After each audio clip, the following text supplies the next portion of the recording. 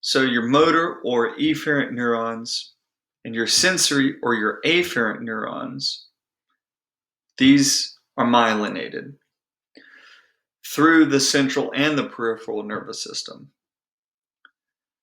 Your interneurons are not myelinated. And the cortex, being that part of the brain that we just spent a lot of time when we were talking about the various different areas of the cortex, though that is all interneurons, that's all gray matter. It's unmyelinated. So before we get to talking about the cranial nerves, which is the motor pathways of the peripheral nervous system, let's take a moment and define the motor pathways, meaning the descending pathways of the central nervous system. And these are what we refer to as the upper motor neurons.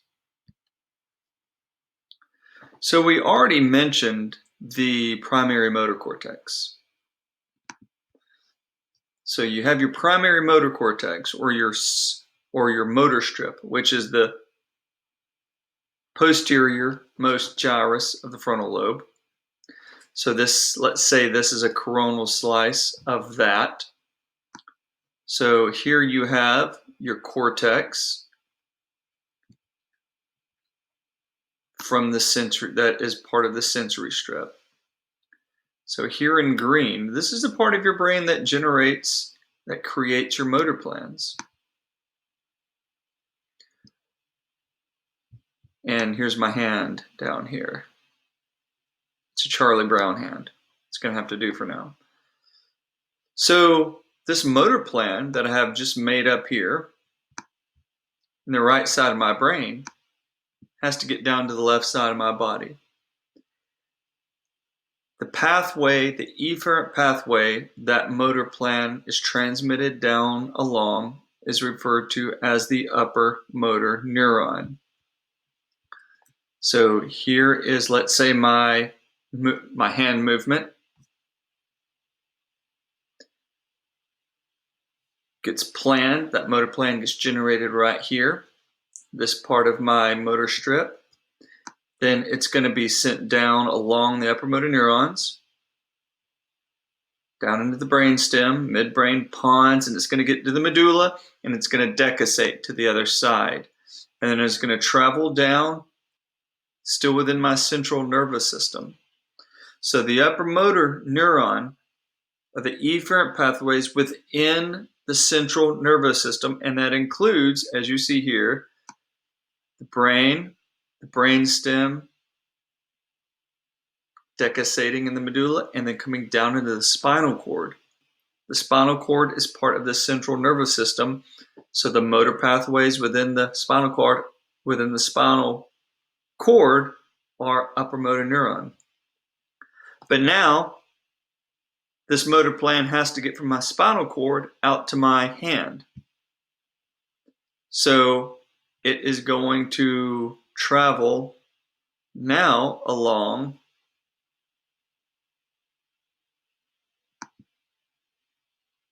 the peripheral nervous system. So that peripheral nerve moving out to my hand, and so that motor plan now gets transmitted out to the muscles of my hand, and my hand moves. So the upper motor neurons are descending pathways within descending motor pathways within the central nervous system.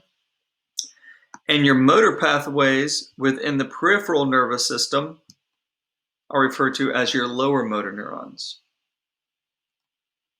So the lower motor neurons exist within the cranial nerves and the spinal nerves,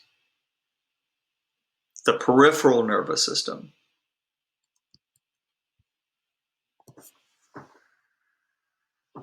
All right, so let's look at this guy real quick. Instead of sending a motor plan out to my hand, let's say I'm going to send a motor plan out to my tongue.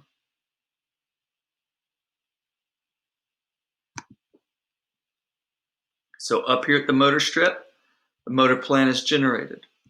The motor plan is sent down, we'll say this is right, this is the left side. So the left side of my motor strip is going to send a motor plan down along my upper motor neuron, and then it is going to decussate to the right side of my body at the medulla, and then it's going to come down a little bit more, still within my brainstem. And at this point, that motor plan has to get from my brainstem out to my tongue. The pathway it is going to take is the efferent, or the motor portion of that part of my peripheral nervous system that services my tongue. And in this case, we're talking about the hypoglossal nerve. So recall that the peripheral nervous system is divided into that part of your peripheral nervous system that services your head and neck. Those are your cranial nerves. And that part of your peripheral nervous system that services the rest of your body, and those are your spinal nerves. So now we're getting into the cranial nerves, which is that part of the peripheral nervous system that is associated with your head and your neck. And that is a picture of Brigitte Bardot, if you wanted to know. So, here is a picture of the brainstem.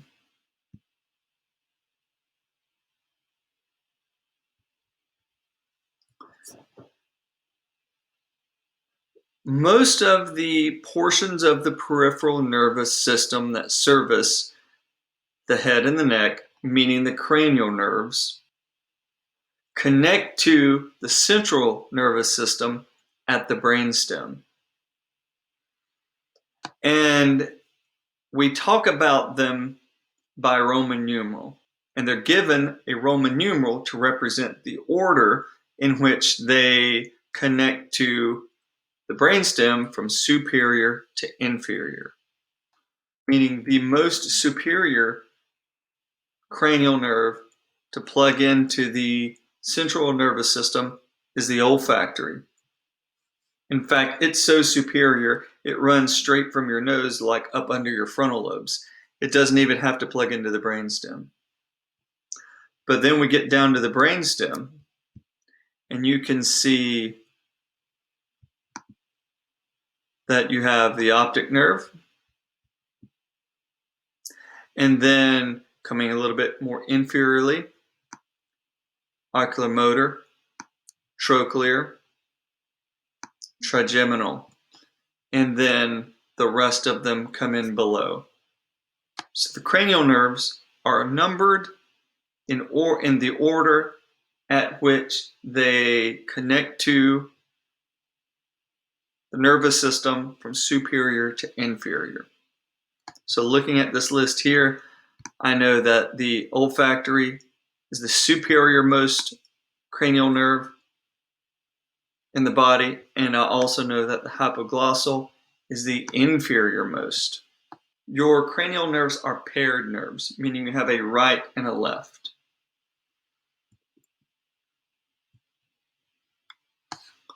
There are a lot of mnemonics that are far more memorable, and you can find these on the internet. But for the sake of not saying anything inappropriate, and also for the sake of tradition, here are the two classic, traditional, bookish mnemonics for the cranial nerves. First one is the mnemonic that helps you remember the order of the cranial nerves. And this is: on old Olympus's towering tops, a Finn and German vied at hops. So O for olfactory, O for optic, O for oculomotor, T for trochlear, T for trigeminal, A for abducens. You get the picture. Vied at hops, meaning that they're having a drinking contest.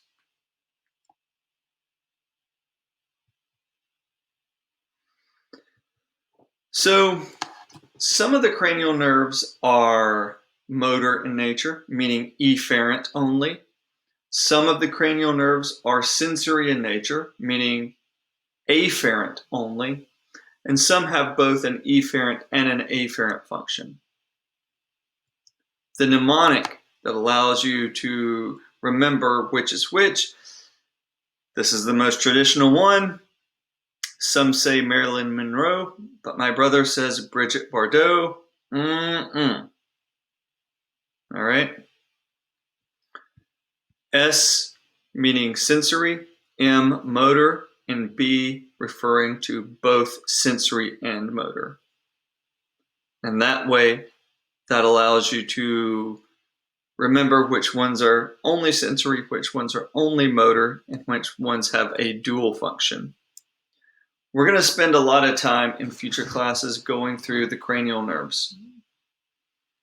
But I'm going to go through them here as I want you to know them in this class, and this is a pretty solid starting point for understanding the cranial nerves as a whole.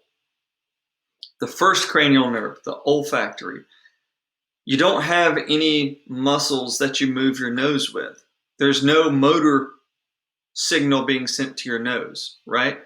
Your nose is only a smelling device. It's not a moving device.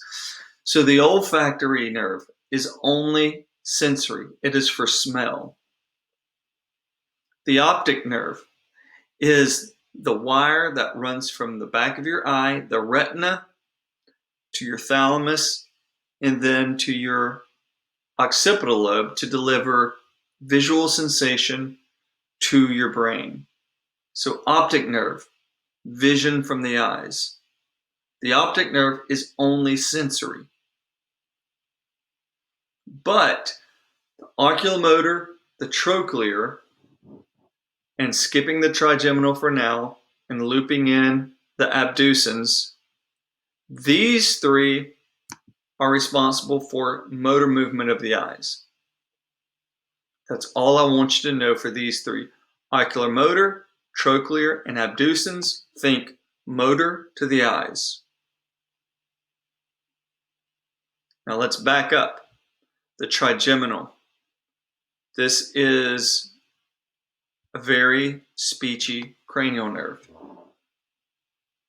The trigeminal is responsible for transmitting sensory information from the face to the brain, and it's responsible for transmitting motor information, efferent information to the mandible, the muscles of the mandible, the temporalis, the masseter, the pterygoids. So motor movement of the mandible, that is a function of the trigeminal nerve. So now we've already made it to the seventh cranial nerve, the facial nerve. The facial nerve does motor to the face and sensation from the anterior 2/3 of the tongue. Don't confuse the trigeminal, which does sensory from the face, and the facial that does motor to the muscles of the face. Don't confuse those. Trigeminal does sensory from the face, motor to the mandible. Facial does motor to the face, sensation from the anterior 2/3 of the tongue. Cranial nerve 8, the vestibular, or I usually call it the acoustic nerve. This is the nerve that is responsible for transmitting that signal of hearing from your cochlea up to your primary auditory cortices in your temporal lobes.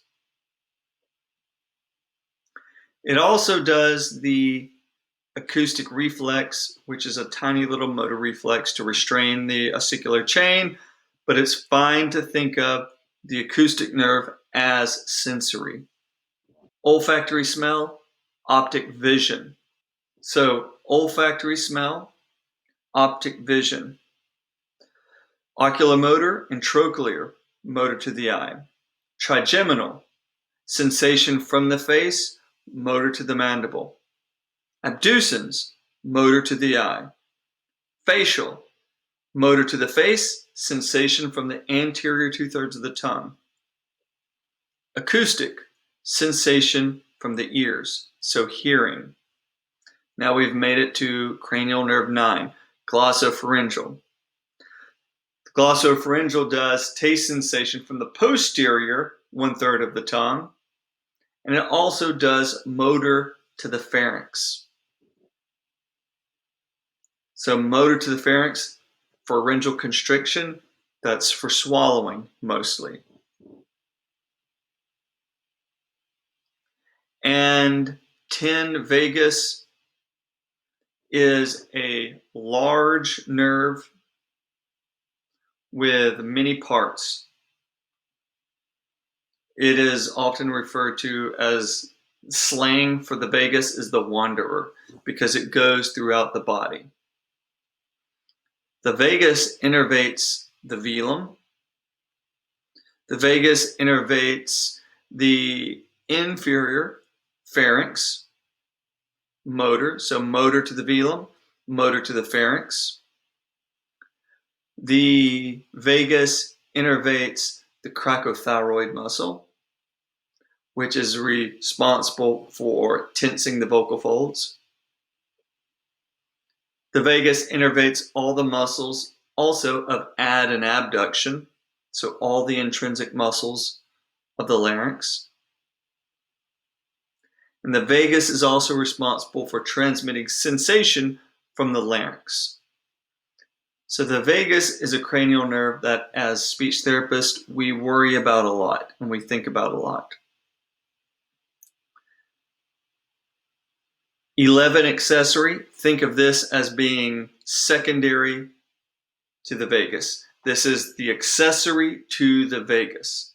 So think of the accessory as helping the vagus accomplish the things that the vagus does, but it also helps innervate some of the muscles of the neck and shoulders. And hypoglossal 12, motor to the tongue. The trigeminal is a large cranial nerve with 3 parts, one up here, which is your ophthalmic branch, one down here, which is your maxillary branch, and then another one at this angle, which is your mandibular branch. So you can see it illustrated here. That is a big nerve that covers most of your face. The facial nerve, motor to the face. So all those facial muscles that you learned, zygomatic minor, zygomatic major, orbicularis oris, risorius, all those are innervated by the facial nerve. All those muscles get their efferent signals from the facial nerve. And then facial nerve also transmits sensory information from the anterior 2/3 of the tongue. And just so you know, at the base of your spinal cord, the spinal cord turns into all these peripheral nerves that looks like a horse's tail. And so it's the Latin for that is cauda equina.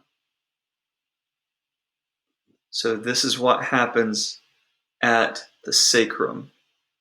That's what your spinal cord turns into.